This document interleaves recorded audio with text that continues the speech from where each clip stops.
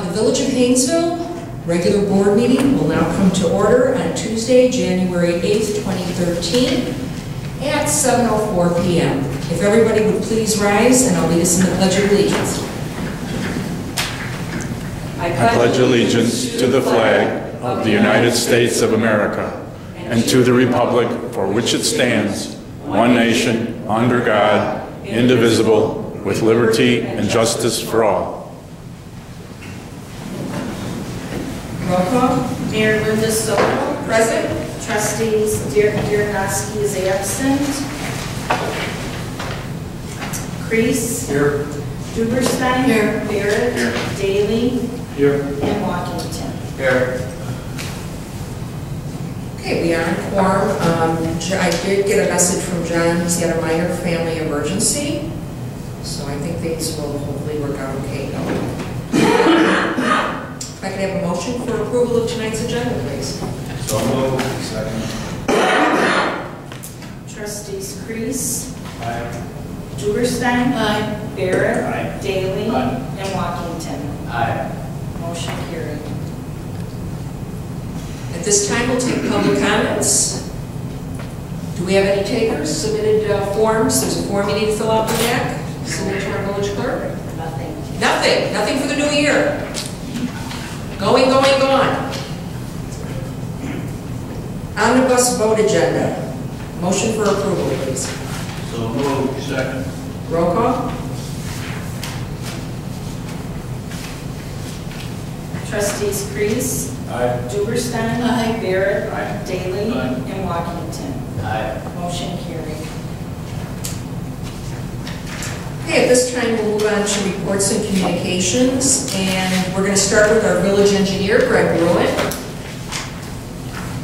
Thanks, Mayor. Just a couple of things tonight. First, in the omnibus agenda, you approved the Peter Baker Sons final invoice for the Mistyville paving project. Project originally bid at $311,372. Based on the quantities that were actually installed, the final invoice for all the work that was performed was $248,806 for a savings of $62,565. The savings was basically due to a decrease in patching quantity required prior to paving.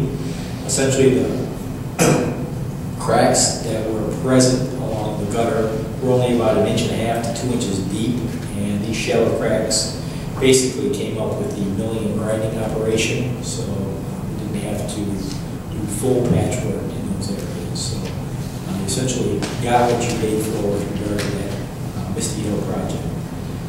We patched about 12% of the total pavement out there in Mistyville prior to paving, and the payment terms are as we negotiated earlier, which is 55% due now, and another 45% due in April, which we can pay first week in May, which is the next fiscal year.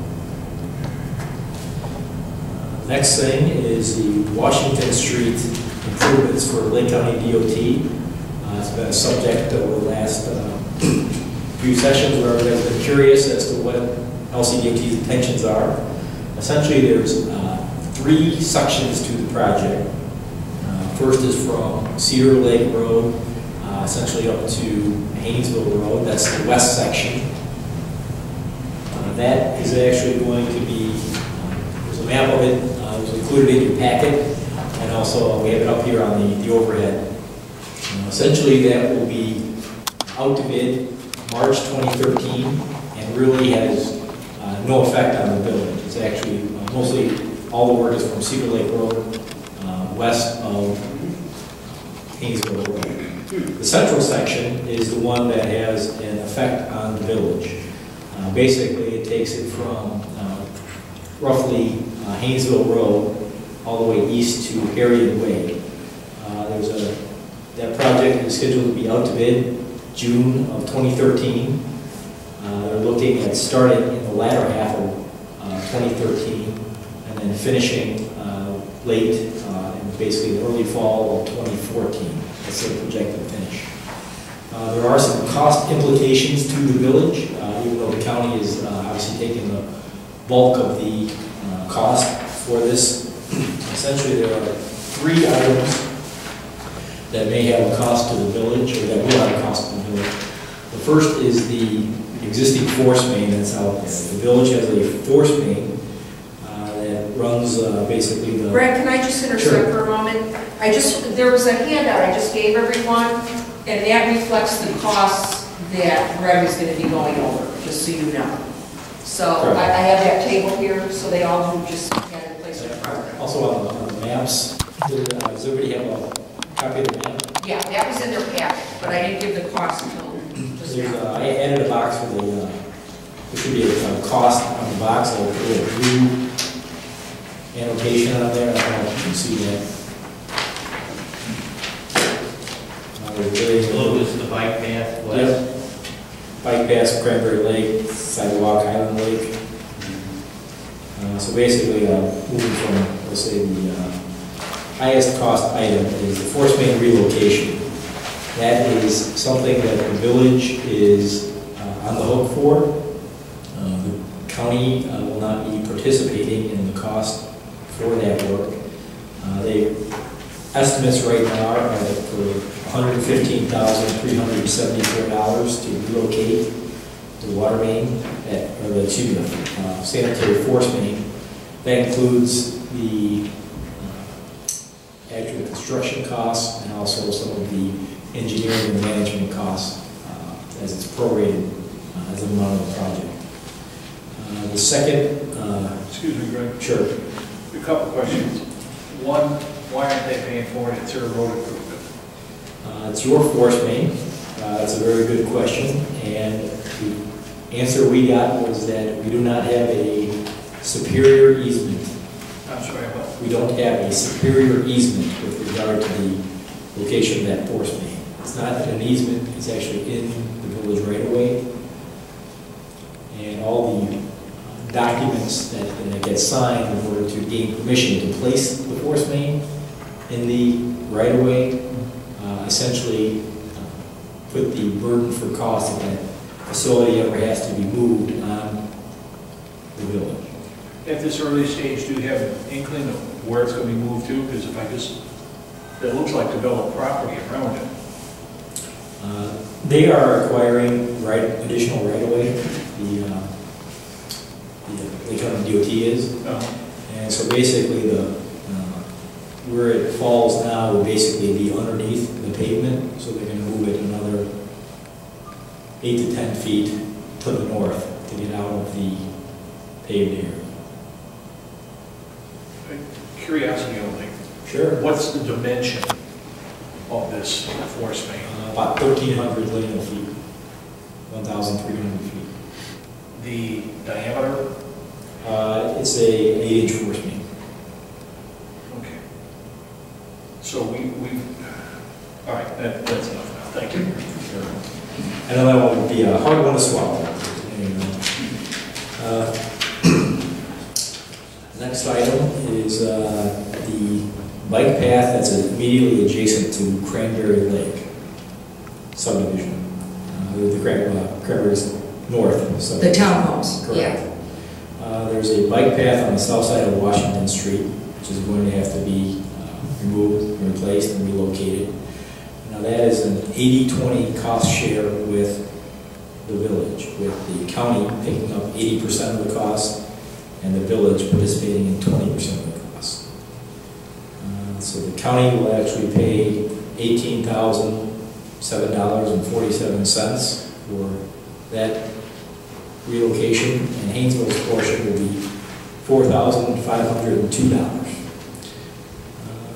Now the reason that that's an 80-20 split is because that was put in conjunction with the Cranberry Lake subdivision, and that's a village-owned bike path right there. Is there actually a bike path there right now? That's what they're. I don't think there's a bike path there now. But it's going to be installed. Yeah, because it's not. There's no bike. There's nothing there now. It would be a 80-20 split based on the. It's part of the Lake County, it's my understanding it's part of the Lake County DOT Bike Path Master Plan, which we also have in our comprehensive plan. We allowed that bike path on Washington and we extended it on Hainesville Road, and so therefore, by doing that, we're committed to extend it on the other side of our town in Washington. Excuse me, one question is, are you gonna have access from the Cranberry Lake subdivision there to that bike path into the private roads in that section? There's none proposed with the plan I currently. think maybe we should maybe think of maybe trying to do that. It wouldn't be that big of a. Putting a fence? Well, no, just access to the bike path from. Oh, yeah, I see what you're saying. A connector. Well, what we can do is we can contact the association. That's where I would start to ask them if that's something they feel that the residents want. I would think they would, but Yeah, let's ask the 'cause association. I didn't notice it on here, and that's why I was wondering if there was access. Isn't there an emergency access there? Because that's not our property, that's Okay. the association property. Okay. Pardon me, I'm But sorry? isn't there an emergency access corridor? that- Yes. If they wanted to do something, that would be up to them, they could do something. Oh, yeah, they could continue that. Right. Right, because then the blocks would still be there as far as the keeping cars from. There is a spot there, whether they want to do it or not, would be up to them. There is a bike path immediately north of the sanctuary and settlement subdivisions, and any relocation work that needs to be done with that bike path is going to be 100% the county's cost. The county put that path in, and they're responsible to relocate it. There's a final item, which is a sidewalk, to be the sidewalk on the north side of Route 120. And it says on their copies, remove, just so you know. So I don't know if you want me to explain about that, or you want to go ahead? I'll start it off. Okay. Essentially, when the village annexes property, they annex to the far side of the right-of-way, which would be to the north side of Washington Street. As part of the proposed improvements, the Lake County DOT is proposing a sidewalk on the north side, basically the length of the improvement. And they're also proposing an 80-20 cost share between the county and the village of Hainesville. This is an optional item. Basically, the county is looking at spending about $95,000 for the sidewalk and is looking for cost participation from Hainesville for about $24,000. And I'll let the mayor handle how she wants to handle this particular situation with regard to the village paying for the sidewalk, the benefits Well, of this the properties. is the status as far as why I have it marked remove on your handouts. Recently, we met with Lake County DOT because they wanted to give us an update as far as the timeline. There's been some timeline changes. You know, originally the underpass by the railroad was supposed to be done first. And when they first told me that they were moving up this work, it was alarming in the sense this greatly impacts our upcoming budget year. And so I expressed that concern and was anxious to talk to them. And at that meeting, I did make it clear that while I do understand our obligation for the moving of the sanitary, I do not feel it's the village's obligation to pay for a sidewalk, because why we have the obligation for our sanitary that serves us, that sidewalk, which I question who and how many people really want this sidewalk. The few that may exist out there are Highland Lake residents.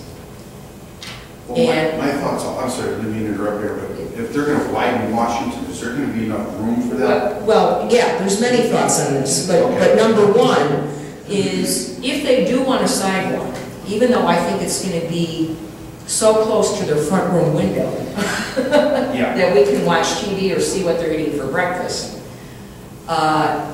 beyond the expense of the sidewalk, they would be calling us for repair, maintenance, removal of ice. They do not pay taxes to this village. So, if they really want a sidewalk, the county needs to pay for it, the township can be approached, or I would gladly entertain reviewing annexation of